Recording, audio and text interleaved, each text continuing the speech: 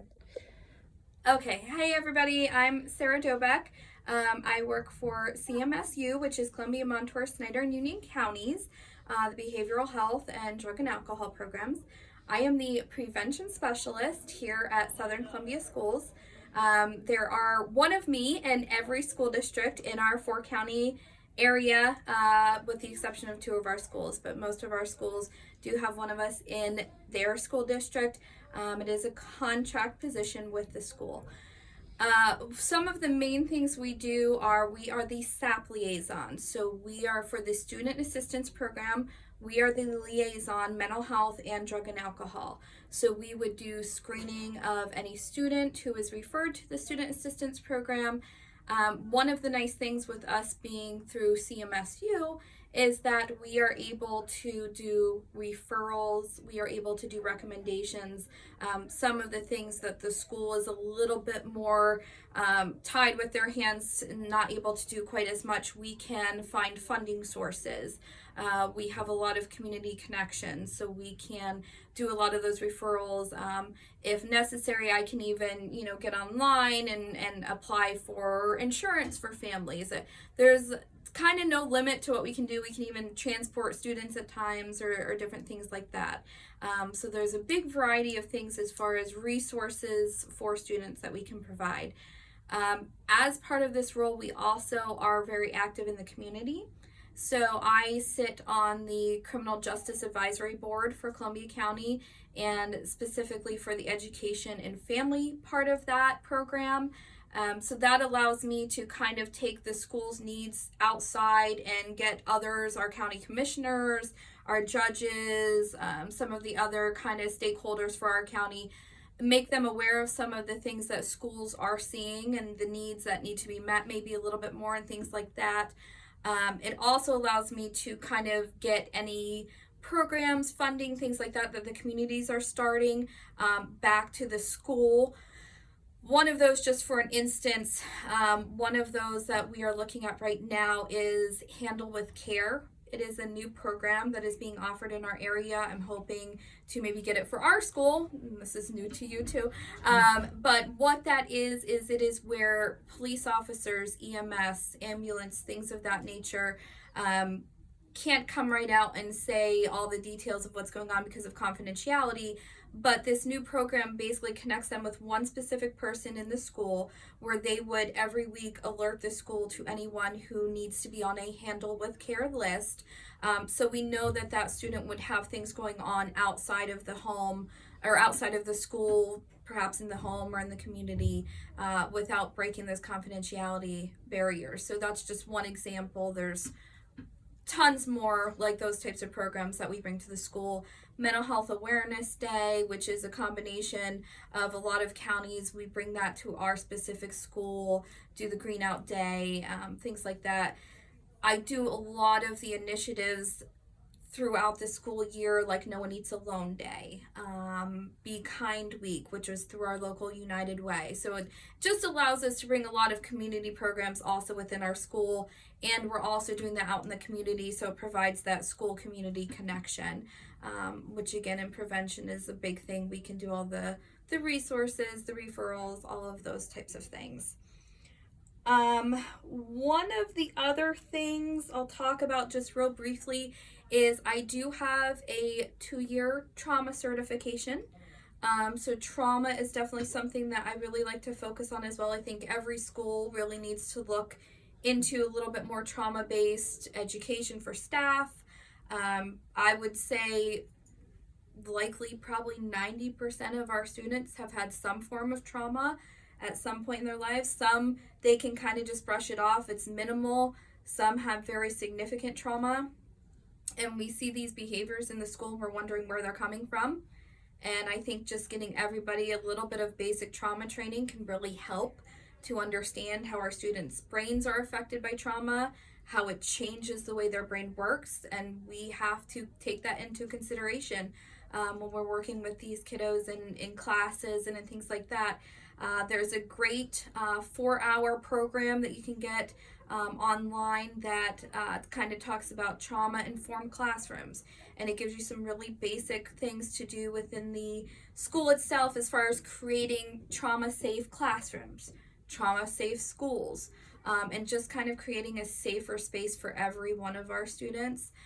Because again, I think there's much more trauma impacted students than we really are aware of at times, especially those who really don't have any education on trauma.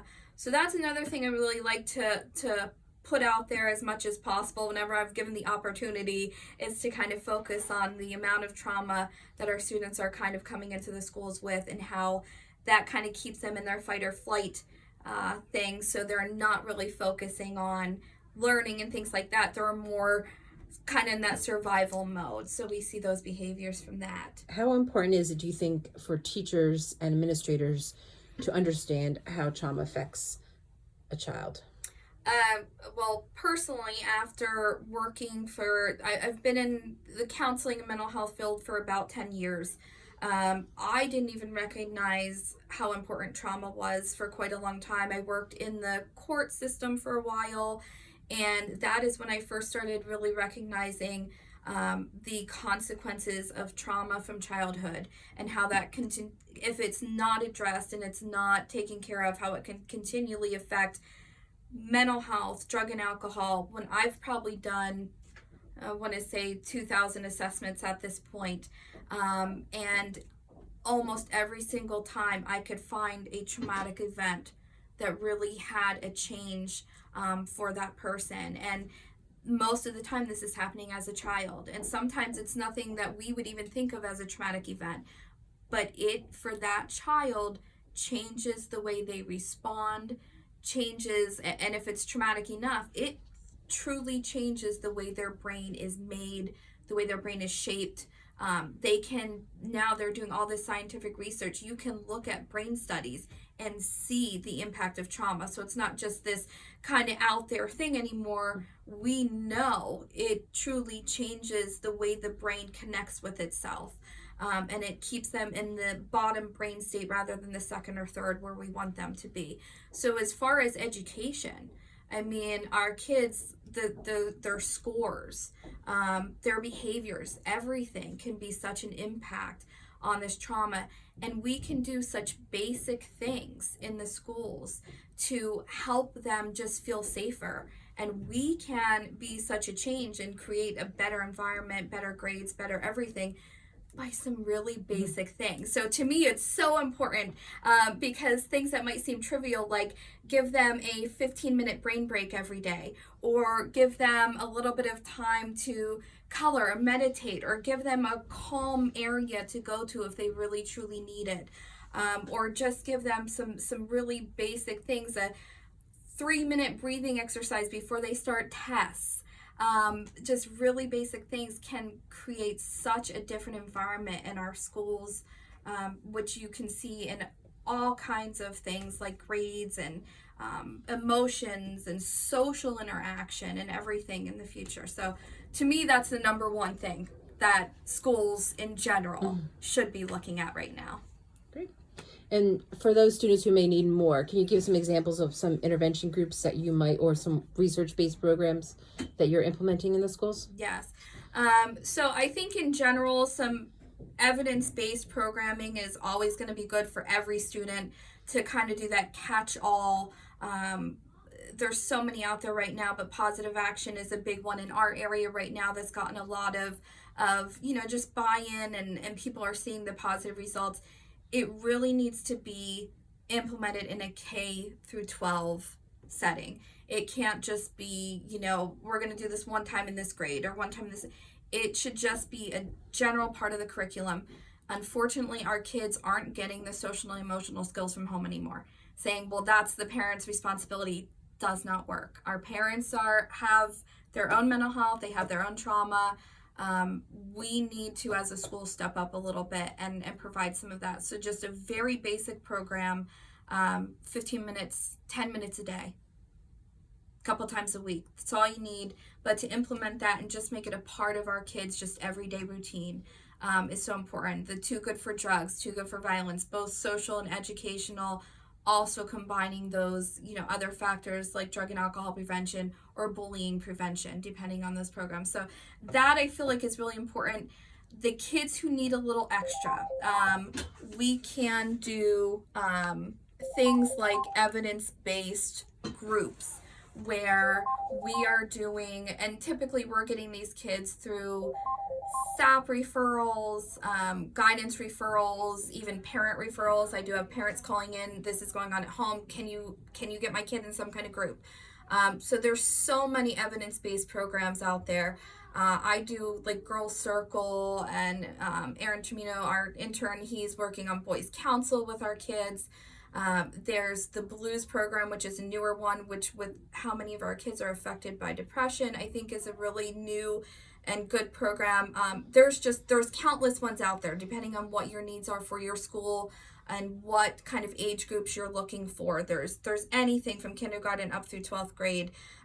There's evidence-based programs, and if you go to Epicenter, the Epicenter website through Penn State, they have every last evidence-based program that's out there available. And most of them, if you contact your local counties, like where I work, most of them you could get someone to come in and run for no cost to the school. So there's a lot of grants, there's a lot of things out there that schools could get funding for and really have zero cost to get these programs into your school. And can you talk a little bit about the screeners that just took place in grades 6 through 12, and how that was implemented? And I know you played a big part in that. Mm-hmm. Yeah, so we kind of went a little bit off of Penn State's pilot program for the screeners. I will say, as far as our area, we are one of the first to implement these screeners. I think for what it is, we've done a really good job with that at this point. We use the PHQ-9 screener, which is a general depression screener. A lot of doctors use these. Very basic tool. But what we have already found is, we did it twice this year. What we have already found is that we are finding kids in our school who maybe are the perfectionists. So in class, everybody thinks they're straight A. I can't even believe this kid came up on the screener, because they don't present that there is any issues. They present as this kind of ideal student. But internally, because of some of the pressures they're having and things like that, we are finding that these screeners are allowing us to find students who maybe were not on our radar before, and now we run them through our student assistance program. For any student that we've seen that comes up high on the screener, which an elevated score is 10 or above. So we run those through our student assistance program. We're able to connect these kids with counseling or resources, or even just a mentor in the school for them to talk to. Some of them, it's just having a safe person to say, I'm feeling overwhelmed today, because they don't feel like they can say that anywhere else. So there can be such a variety of things, but I think allowing these kids who can't just come right out and say, I need help, I'm drowning, but they're able to just answer the screener, and then we call them in and talk to them, and it's almost a relief for them to be able to say, yes, I'm struggling. No, I didn't know how to ask for it. And so now with these screeners, we're able to just kind of identify and help them with whatever type of intervention they might need.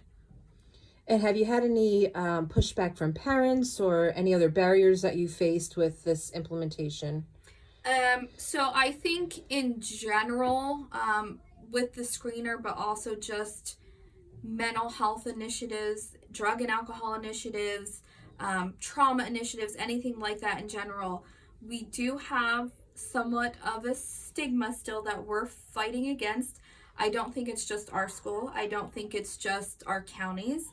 I don't think it's just our state. I think it is nationwide. But I think the more that every school kind of does these things and everywhere kind of participates, and it gets to be more normal. And mental health is a normal conversation to have. We go to the doctor, we talk about our physical health. Mental health should be the same thing. So I think the biggest barrier that we have had, and I think overall, it's gone well.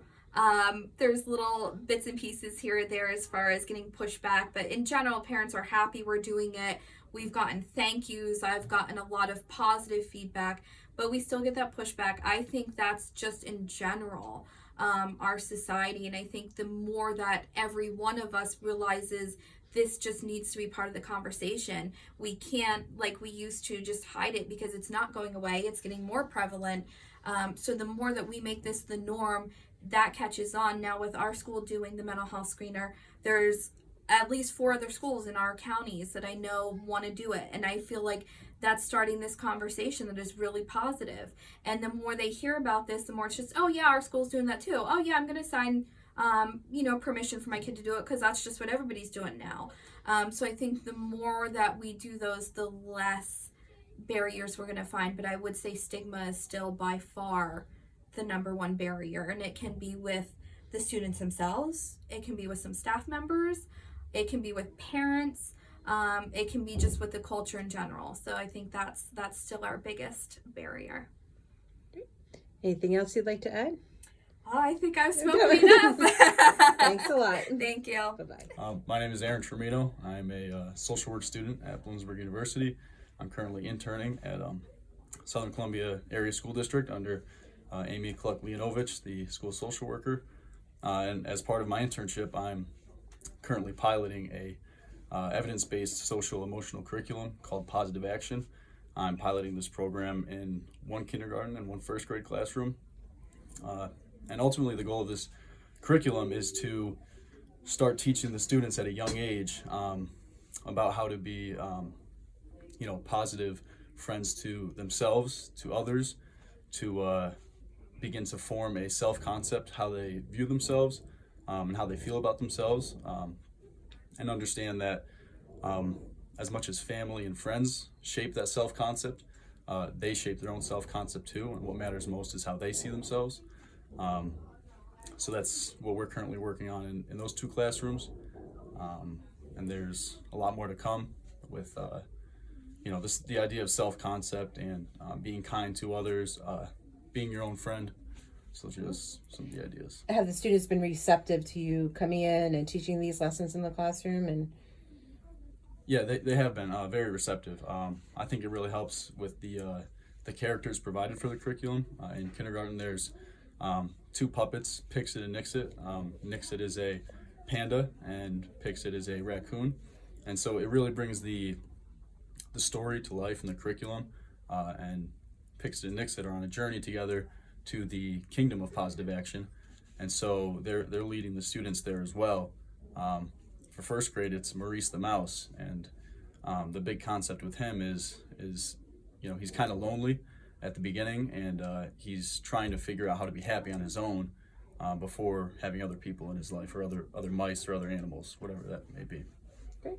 And have any of the teachers noticed that the kids are generalizing these skills in their daily interactions outside of the classroom session? Yeah, so the teachers have mentioned that the students are beginning to apply some of those concepts to their everyday activities. With the first grade, with the very first lesson, it included a ICU box. So really, it was a little kind of like schoolhouse looking box that was put together, and they have little slips that go with the box. And if they see a classmate do a positive action, they can write down, I saw so-and-so do a positive action. The positive action was. So they write all that down, and they fold it up, put the slip in the box, and it sounds like the students are really putting that to good use. Great. Anything else you'd like to add? So far, I think it looks like it's going well, and I think it would be a very successful curriculum to implement school district-wide.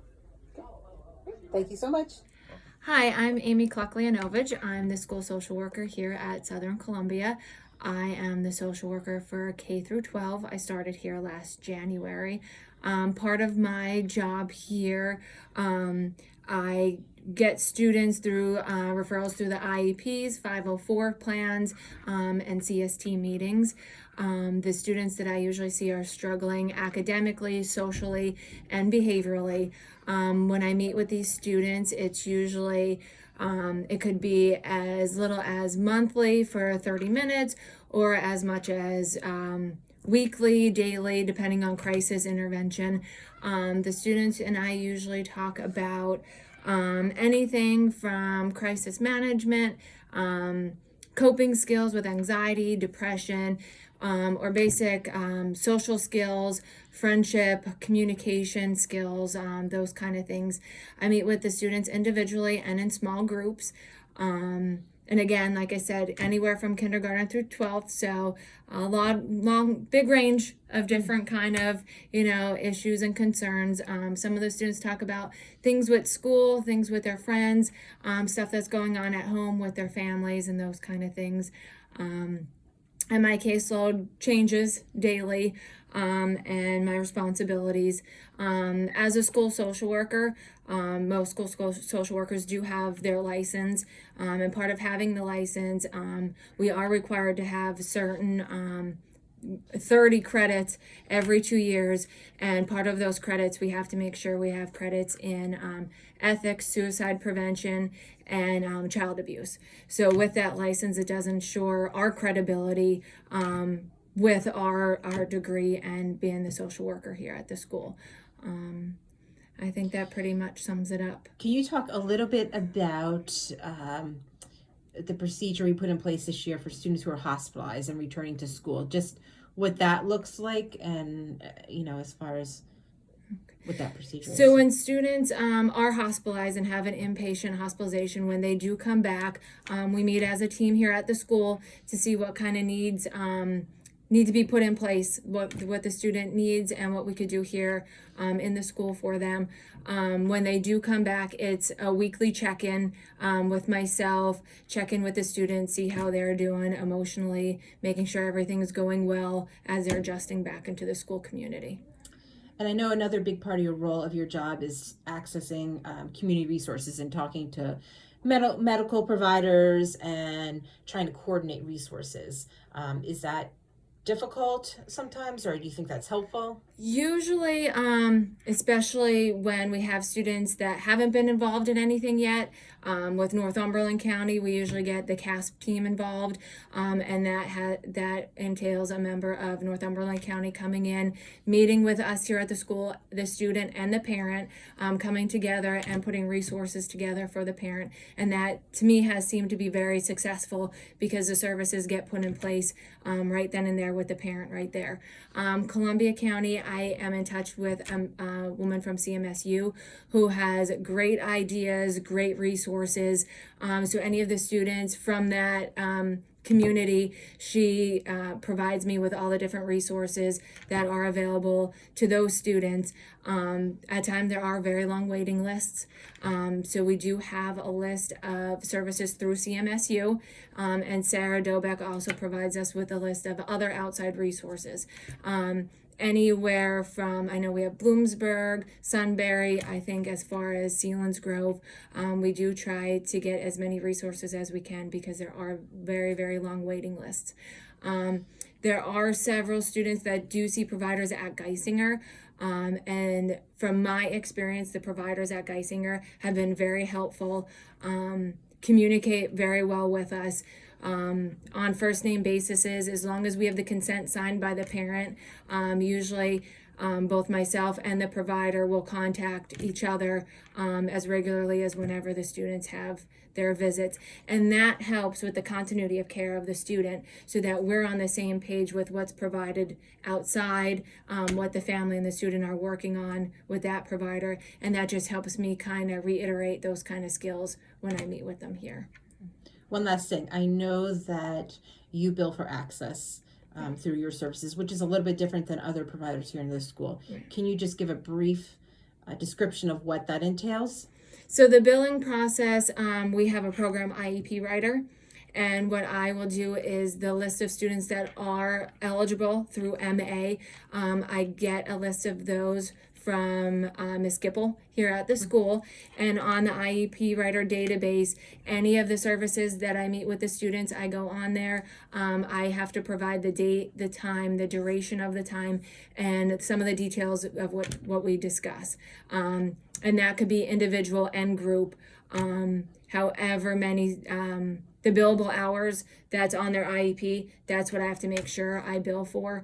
If I see a student individually, but it's written that it has to be group, then it has to be group, that's what's billed for. So very specific with their time, the duration, and what kind of service is provided. All right. Anything else? Nope, that's it. Thank you.